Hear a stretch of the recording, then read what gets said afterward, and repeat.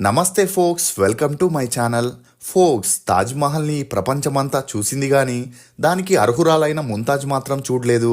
అందుకే మనిషి ఉన్నప్పుడే ప్రేమను చూపించండి, వారు పోయాక ఎంత ప్రేమను చూపించినా ఎంత బాధపడినా వృధానే. అసలు నేను ఈ మాట చెప్పడానికి గల కారణం రియల్ స్టార్ శ్రీహరి. కొంతమంది నటీనటులు మన మధ్య ఉన్నా లేకపోయినా మన మనసులో ఎప్పటికీ చెరిగిపోని ముద్ర వేస్తారు. అలాంటి గొప్ప ఆర్టిస్టుల గురించి ఎంత మాట్లాడుకున్నా తక్కువే అవుతుంది.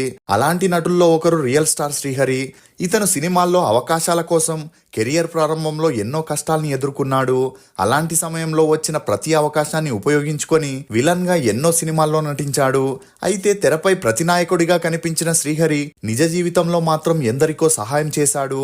ఇక ఇదే విషయంపై డిస్కో శాంతి స్పందిస్తూ తన భర్త ఎందరికో సహాయం చేసి ఆదుకున్నాడని, కానీ అతని మరణం తర్వాత వారంతా కనీసం పలకరించడానికి కూడా రాలేదని, ఇక ఎదురు పడితే సహాయం చేయాల్సి వస్తుందేమో అని భయపడి ఏ ఒక్కరూ తమని పలకరించలేదని, అంతేకాకుండా శ్రీహరికి డబ్బులు ఇవ్వాల్సిన వారు కూడా అతను మరణించిన తర్వాత మళ్ళీ కనిపించలేదని, అంతేకాకుండా తను యాక్ట్ చేసిన కొన్ని మూవీస్ నుండి రెమ్యూనరేషన్ ఇవ్వకపోయేసరికి కార్లని నగల్ని అమ్మి అప్పు తీర్చాల్సి వచ్చిందని డిస్కో శాంతి బాధపడుతూ చెప్పుకొచ్చింది. ఇక అలా శ్రీహరికి సినిమా అంటే పిచ్చని, అందుకే డబ్బులు ఇవ్వకపోయినా సినిమాల్లో నటించేవాడని, ఒకవేళ శ్రీహరికి ఇవ్వాల్సిన రెమ్యూనరేషన్ ని సరిగ్గా ఇచ్చుంటే ఇప్పటికే 10 ఇళ్ళని కొనుక్కునేవారమని ఈమె చెప్పుకొచ్చింది. అసలు శ్రీహరి స్టంట్ మ్యాన్ నుండి హీరోగా ఎలా ఎదిగాడు, తను సంపాదించిన ఆస్తులన్నీ పోగొట్టుకోవడానికి గల కారణాలేంటి, చెడు అలవాట్ల వల్లే శ్రీహరి ఆరోగ్యం పూర్తిగా పాడైందా, రాజకీయాల్లో శ్రీహరిని ఎదగనివ్వకుండా తొక్కేశారా, అతి తక్కువ సమయంలోనే ఇతను ఇంతలా డబ్బుని ఎలా సంపాదించాడు అనే నమ్మలేని నిజాన్ని ఈ వీడియోలో చెప్పడానికి నేను ప్రయత్నిస్తాను. మీరు మాత్రం ఈ వీడియోని పూర్తిగా చూడండి. ఫోక్స్, మార్పు రావాలంటే ముందు మనం మారాలి. మొదటి అడుగు ఎప్పుడు ఒంటరిగానే మొదలవుతుంది, కానీ ఒంటరిగా మాత్రం ముగిసిపోదు. తాత్కాలికంగా ఉండే ఒడిదొడుకులకి భయపడి వెర్రి వాళ్ళ వెక్కిరింపులకు తడబడి అడుగు వెనుతిరగకూడదు. మార్చాలనే ఆలోచన నిద్రించకూడదు. శ్రీహరి రఘుముద్రి అలియాస్ శ్రీహరి. ఇతను 1964 ఆగస్టు 15న ఆంధ్రప్రదేశ్లోని యలమర్రు అనే గ్రామంలో ఒక నిరుపేద కుటుంబంలో జన్మించాడు. ఇక శ్రీహరి తాత రఘుముద్రి అప్పలస్వామికి, అతని భార్య లక్ష్మికి 5 కుమారులు 4 కుమార్తెలతో శ్రీకాకుళంలో జీవించేవాడు. ఇక అలా రోజు కూలి పనికి వెళ్తే గాని పూట గడవని పరిస్థితుల్లో ఉండేవారు. అలా కొన్ని రోజులకి శ్రీకాకుళంలో చేసేందుకు పని కూడా దొరకకపోయేసరికి ఉపాధి కోసం తన కుటుంబంతో కృష్ణా జిల్లాలోని యలమర్రుకి వలస వెళ్లాడు. అలా భార్యాభర్తలిద్దరూ అక్కడ కూలి పనికి వెళ్లి పిల్లల్ని పోషిస్తుండేవారు. ఇక వీరిలో 4వ కుమారుడు సత్యనారాయణ. ఇతనికి ఆ ఊరికి చెందిన సత్యవతి అనే అమ్మాయితో 1960లో పెళ్లి జరిపించడం జరిగింది. అలా సత్యనారాయణ కూడా చిన్నప్పటి నుండి సైకిల్ షాప్లో పనిచేయడంతో ఆ పనిలో మంచి నైపుణ్యాన్ని సాధించాడు. ఇక అలా పెళ్లి తర్వాత యలమర్రిలోని బస్టాప్ దగ్గర ఒక గుడిసేసుకొని అక్కడే ఒక సైకిల్ రిపేర్ షాప్ని కూడా పెట్టుకున్నాడు. ఇక వీరిద్దరి అన్యోన్య సంసారానికి గుర్తుగా 1962లో శ్రీనివాసరావు అనే మొదటి కొడుకు, 1964లో శ్రీహరి అనే రెండో కొడుకు, 1966లో శ్రీధర్ అనే మూడో కొడుకు జన్మించాడు. ఇక అలా ఫ్యామిలీ బాధ్యతలు ఎక్కువ అవడంతో సైకిల్ షాప్తో పాటు సోడాలు కూడా అమ్మి జీవనాన్ని సాగించేవారు. ఇక సత్యనారాయణ తనలాగే తన పిల్లలు చదువు లేని వారు కాకూడదని యలమర్రులోని ప్రాథమిక పాఠశాలలో చేర్పించాడు. ఇక శ్రీహరి చదువుల్లో చురుగ్గా ఉండడంతో 7వ తరగతిలో ఫస్ట్ క్లాస్లో పాస్ అయ్యాడు.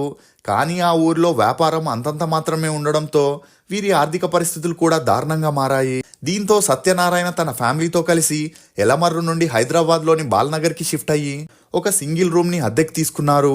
అలా ఆ తర్వాత శోభనా థియేటర్ ఆపోజిట్లో ఒక సైకిల్ రిపేర్ షాప్ని పెట్టుకున్నారు.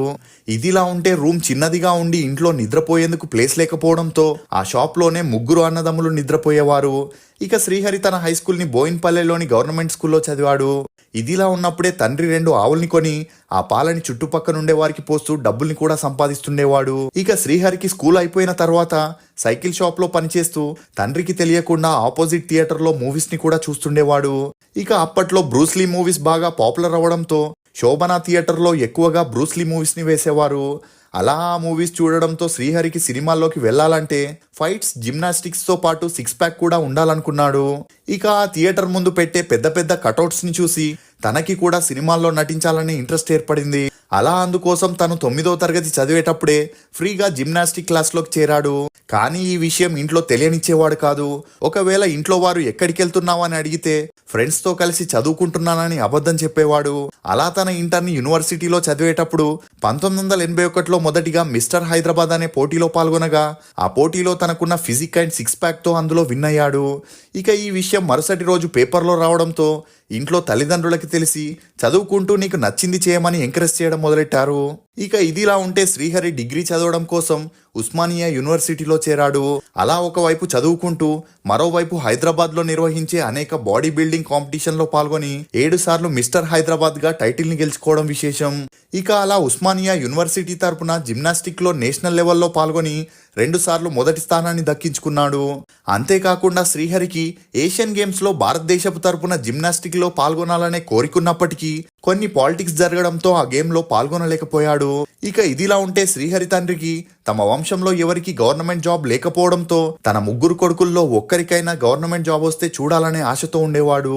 ఇక శ్రీహరికి కూడా డిగ్రీ పూర్తయ్యేసరికి పోలీస్ అయి తన తండ్రి కల నెరవేర్చాలనుకుని జిమ్నాస్టిక్ లో నేషనల్ ఛాంపియన్ కావడంతో స్పోర్ట్స్ కోటాలో ఎస్ఐ జాబ్ కోసం ట్రై చేయాలనుకున్నాడు.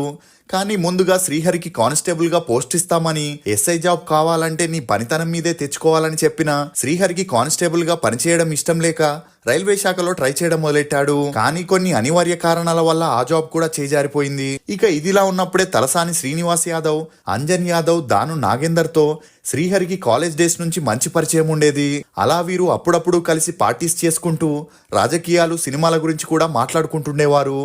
ఇదిలా ఉన్నప్పుడే శ్రీహరి చేసే జిమ్ కి ఒక మూవీ మేనేజర్ వెళ్లి మంచి బాడీ ఉన్న 5 ఫైటర్లు కావాలని అక్కడే ఒక ఆడిషన్ ని నిర్వహించడం జరిగింది.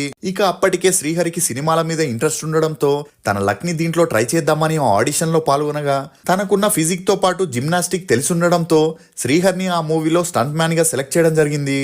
అలా కొన్ని మూవీస్ లో ఫైటర్ గా చేయడంతో సినిమాల్లో నటించాలనే కోరిక శ్రీహరికి రోజు రోజుకి ఎక్కువ అవుతూ వచ్చింది. ఇక ఇదే విషయాన్ని తన స్నేహితులైన తలసాని శ్రీనివాస్ యాదవ్ కి, దాను నాగేందర్ కి చెప్పగా వారికి అప్పటికే మంచి పరిచయం ఉన్న వంగవీటి మోహన్ రంగా తన బయోగ్రఫీని ఒక మూవీగా చేస్తున్నాడని, నువ్వు అతన్ని కలిస్తే ఆ మూవీలో నువ్వు హీరోగా చేయొచ్చని శ్రీహరికి చెప్పడం జరిగింది.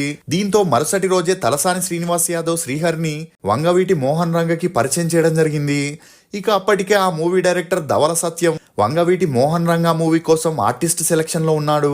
ఇక ఇదిలా ఉంటే ధవల సత్యం దాసరి నారాయణరావు గారికి కో డైరెక్టర్ గా చాలా మూవీస్ లో వర్క్ చేయడంతో ఈయన ద్వారా దాసరి గారితో వంగవీటికి మంచి పరిచయం ఏర్పడింది. ఇక అలా చైతన్య రథం అనే మూవీ వంగవీటి అన్నదమ్ముల కథ అయి ఉండడంతో ఇద్దరు హీరోల కోసం సెర్చింగ్ లో ఉన్నప్పుడు శ్రీహరి ఛాన్స్ కోసం వంగవీటిని అడగడం జరిగింది. ఇక ఈ విషయం వంగవీటి దాసరి గారికి చెప్పడంతో అందుకు దాసరి గారు, నువ్వే కొత్తగా ప్రొడక్షన్లోకి వచ్చి నీ గురించి జనాలకి చెప్పాలనుకుంటున్నప్పుడు ఆ మూవీలో కొత్త వాళ్లతో చేస్తే ఎవరు ఇంట్రెస్ట్ చూపిస్తారు? నా మాట విని హీరోలుగా భానుచందర్ని, శరత్ బాబుని పెట్టుకొని ఆ మూవీని స్టార్ట్ చెయ్యి. శ్రీహరికి కావాలంటే నేను తీయబోయే మూవీలో క్యారెక్టర్ ఇస్తా అని చెప్పడం జరిగింది. దీంతో శ్రీహరి కూడా పెద్ద డైరెక్టర్ చేతుల మీదుగా లాంచ్ అవుతే తనకి ఇంకా మంచి కెరియర్ ఉంటుందని అప్పటి నుండి సినిమాల్లో స్టంట్ మ్యాన్ గా వెళ్లకుండా దాసరి గారి ఆఫీస్లోనే ఉండేవాడు. ఇక అప్పుడే దాసరి గారు కృష్ణంరాజుని హీరోగా పెట్టుకొని బ్రహ్మనాయుడు అనే మూవీలో శ్రీహరికి చిన్న పాత్రనివ్వడం జరిగింది. అలా ఆ పాత్ర చేసేటప్పుడే శ్రీహరి ఇన్వాల్వ్ అయ్యి యాక్ట్ చేస్తూ తన జిమ్నాస్టిక్ స్కిల్స్ ని చూపించడంతో దాసరి గారు ఇంప్రెస్ అయి త్రూ అవుట్ మూవీలో ఉండే పాత్రనివ్వడం జరిగింది. ఇక అలా బ్రహ్మనాయుడు మూవీ రిలీజ్ అయితే తనకి మంచి బ్రేక్ వస్తుందని శ్రీహరి అనుకున్నాడు. ఇక బ్రహ్మనాయుడు మూవీ 1987లో రిలీజ్ అయి అంతలా ఆడలేదనే చెప్పొచ్చు. కానీ ఈ మూవీ షూటింగ్ జరిగేటప్పుడు దాసరి గారు శ్రీహరితో, నీకున్న స్కిల్స్ కి నేనే ఇండస్ట్రీలో హీరోగా పరిచయం చేస్తాను, నువ్వు మాత్రం చిన్న చితక పాత్రల్లో నటించొద్దని చెప్పడంతో అప్పటి నుండి బయట మూవీలో సపోర్టింగ్ రోల్ కి, విలన్ క్యారెక్టర్స్ కి ఆఫర్స్ వచ్చినా శ్రీహరి వాటిని రిజెక్ట్ చేస్తూ హీరో అవ్వాలనే ఛాన్స్ కోసం వెయిట్ చేస్తుండేవాడు. అలా 2 సంవత్సరాలు గడిచినా దాసరి గారు ఇతర స్టార్ హీరోస్ తో మూవీస్ చేస్తూ బిజీగా ఉన్నారే తప్ప శ్రీహరి గురించి ఆలోచించలేదు. ఇదిలా ఉన్నప్పుడే ఆర్ నారాయణమూర్తి గారు ఒకసారి దాసరి గారిని కలవడానికి అతని ఆఫీస్ కి రావడం, అక్కడున్న శ్రీహరిని చూసి, బ్రహ్మనాయుడు మూవీలో అద్భుతంగా చేశావు, ఆ మూవీలో నువ్వు చేసిన నటనని చూసి నెక్స్ట్ నీకు మంచి భవిష్యత్తు ఉంటుందని అనుకున్నాను, కానీ ఆ మూవీ తర్వాత ఎక్కడా కనిపించలేదు, ఏమైంది అని అడగగా అందుకు శ్రీహరి, దాసరి గారు నన్ను హీరో చేస్తానన్నారు, అందుకే అప్పటి వరకు ఏ మూవీ చేయలేదని చెప్పగా ఇది విన్న నారాయణమూర్తి గారు శ్రీహరితో, ఒక ప్రాజెక్ట్ చేసేటప్పుడు డైరెక్టర్స్, ప్రొడ్యూసర్స్ 100 చెబుతారు, వాటన్నింటినీ నమ్ముకొని ఉంటే నీ టైం వేస్ట్ అవుతుంది. దాసరి గారు నిన్ను పెట్టి హీరోగా చేయాలనుకుంటే ఖచ్చితంగా నువ్వు ఎక్కడున్నా పిలిచి మరీ చేస్తారు. ఇప్పుడు అతను 3-4 ప్రాజెక్ట్స్ లో బిజీగా ఉన్నాడు. ఇక ఆ మూవీస్ కంప్లీట్ అయ్యేసరికి 2 సంవత్సరాలు అవుతుంది. ఇవన్నీ వదిలేసి నీ టాలెంట్ ని వేస్ట్ చేసుకోకుండా బయట సినిమాల్లో ట్రై చేయని చెప్పడంతో ఆ మాటలకి రియలైజ్ అయిన శ్రీహరి బయట మూవీస్లో అప్పటి నుండి ట్రై చేయడం మొదలెట్టాడు. అలా ట్రై చేస్తున్నప్పుడే తమిళ్లో రజనీకాంత్ హీరోగా నటించిన మా పిల్లయ్య అనే మూవీలో విలన్ పక్క నుండే ఒక అనుచరుడిగా చిన్న పాత్రను చేసే ఛాన్స్ వచ్చింది. అలా ఈ మూవీ 1989లో రిలీజ్ అయి హిట్ అయినా శ్రీహరి పాత్రకి మాత్రం గుర్తింపు రాలేదు. ఇక ఆ తర్వాత తెలుగులో కృష్ణ గారు హీరోగా నటించిన అన్నదమ్ములు మూవీలో శ్రీహరి ఒక రౌడీ పాత్రని చేయగా ఆ మూవీ 1990లో రిలీజ్ అయి ఓకే టాక్ రావడంతో శ్రీహరి పాత్రకి కొంతవరకు గుర్తింపు వచ్చింది.